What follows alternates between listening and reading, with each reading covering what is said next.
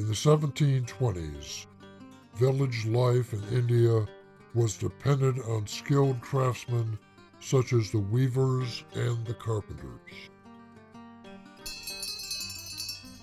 The predominant industry was the shearing of Himalayan sheep and the carding, spinning, and weaving of the wool.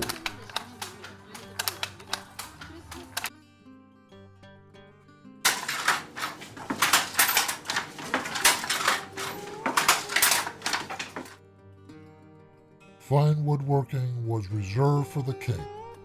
The king desired and received an ornate teak throne with ivory inlays.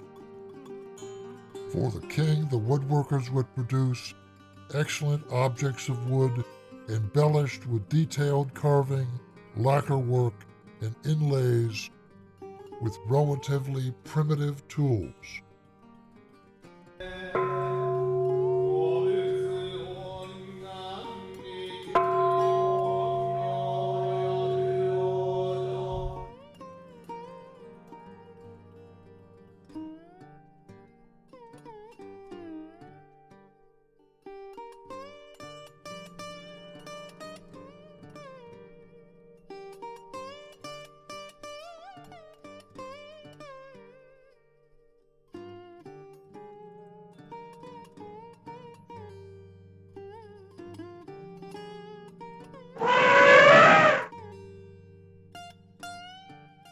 Occasionally, traders would come to buy textiles along the old Silk Road to Europe.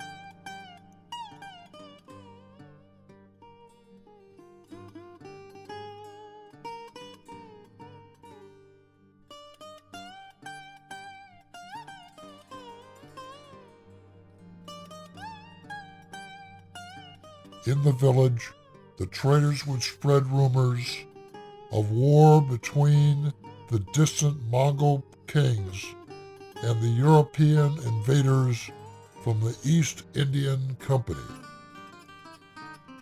But the woodworkers dismissed the talk as fantasy that would never affect their daily life.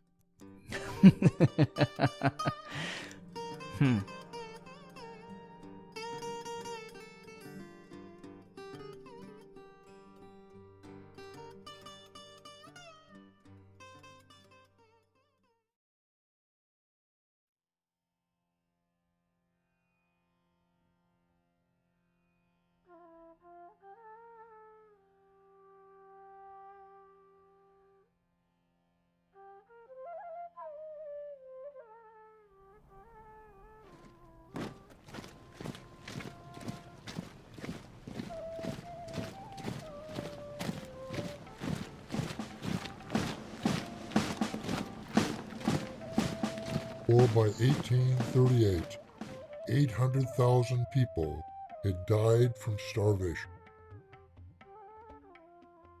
So the British missionaries and soldiers gave out food and supply for several months. They spent 10 million rupees.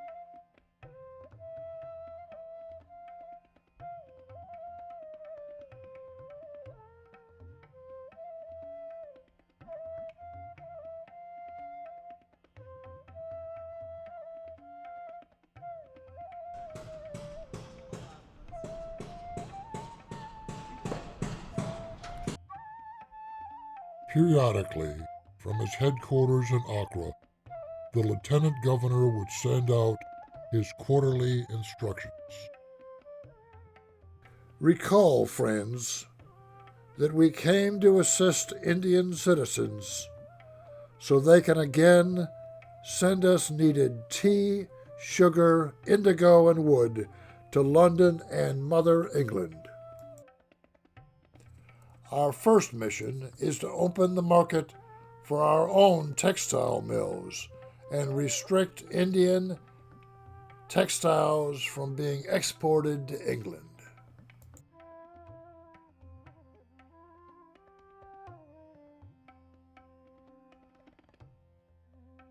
Second, have our officers tell every woodworker in the village that they can no longer repair handlooms and must build officers' housing.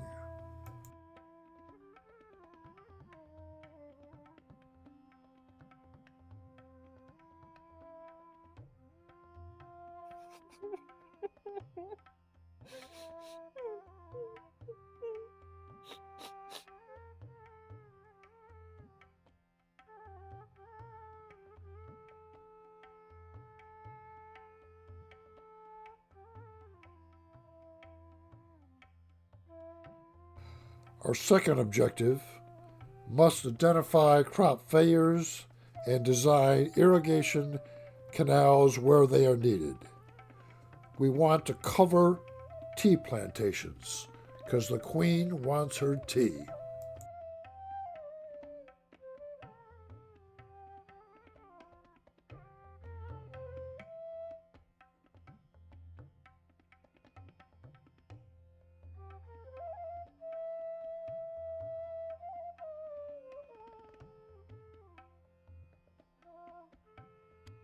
Then he proposed to extend the canal south over the next 10 years to at least 5,000 separate villages.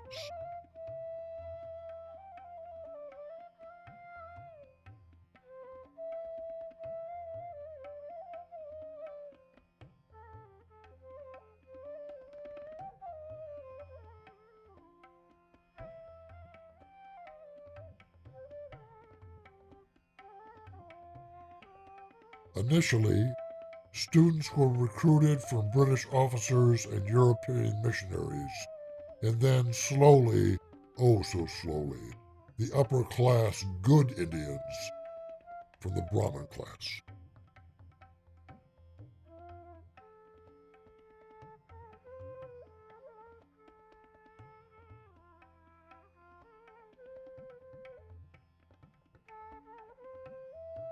But now, with the school, there were at least 3,000 British citizens in Rookee, and the village population remained around 500 workers.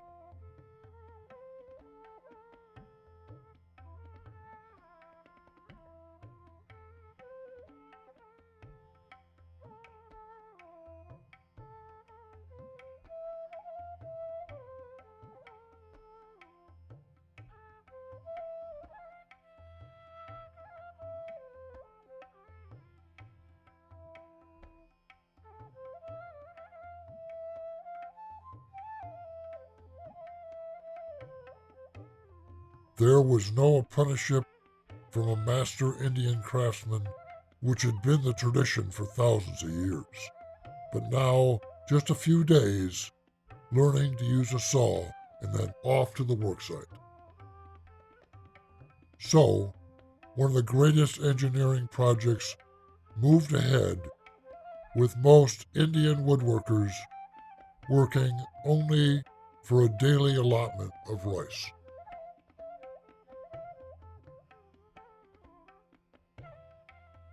In summary, the English flourished and acted like a sponge, drawing up the riches from the banks of the Ganges and squeezing them upon the banks of English shores.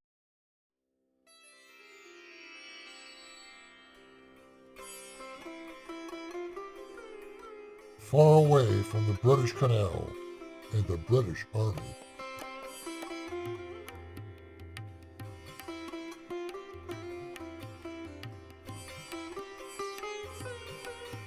he went to a Hindu neighborhood that sold strictly to the villagers, a place where their heritage survived.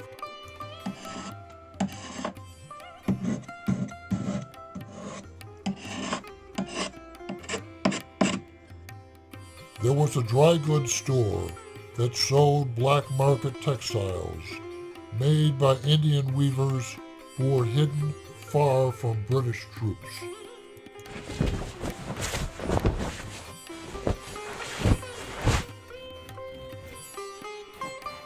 Behind these stores, black market carpenters built wooden boxes and shelves for the villagers. Then the Indian servant spoke to the carpenters.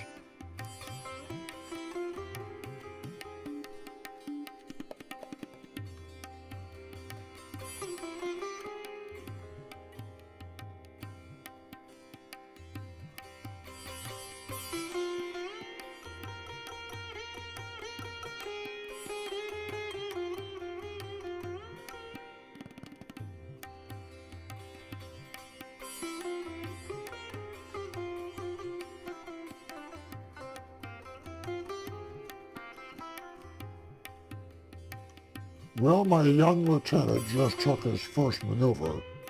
He was real tired and demanded a proper English chair for tea.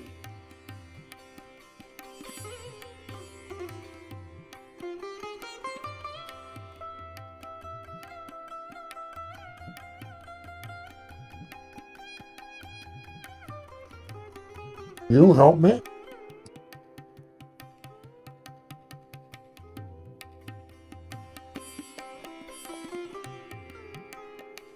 Well, if he's rich, he can order a portable chair from London or Dublin. Nope, that's too expensive.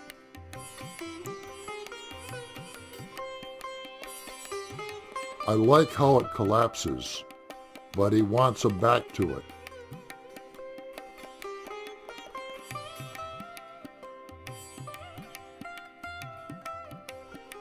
I do like the belts and straps.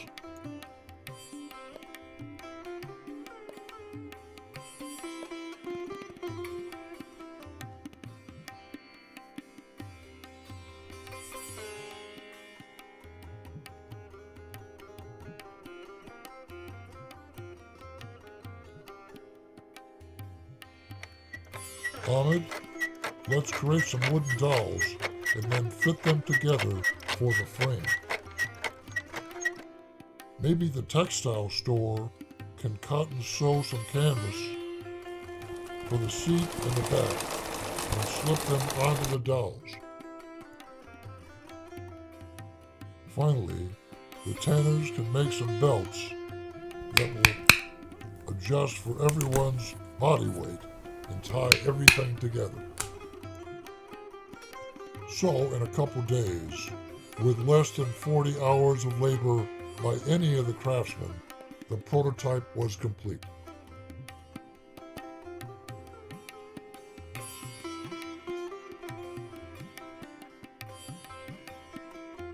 Well, I'd say it's rather pip-pip.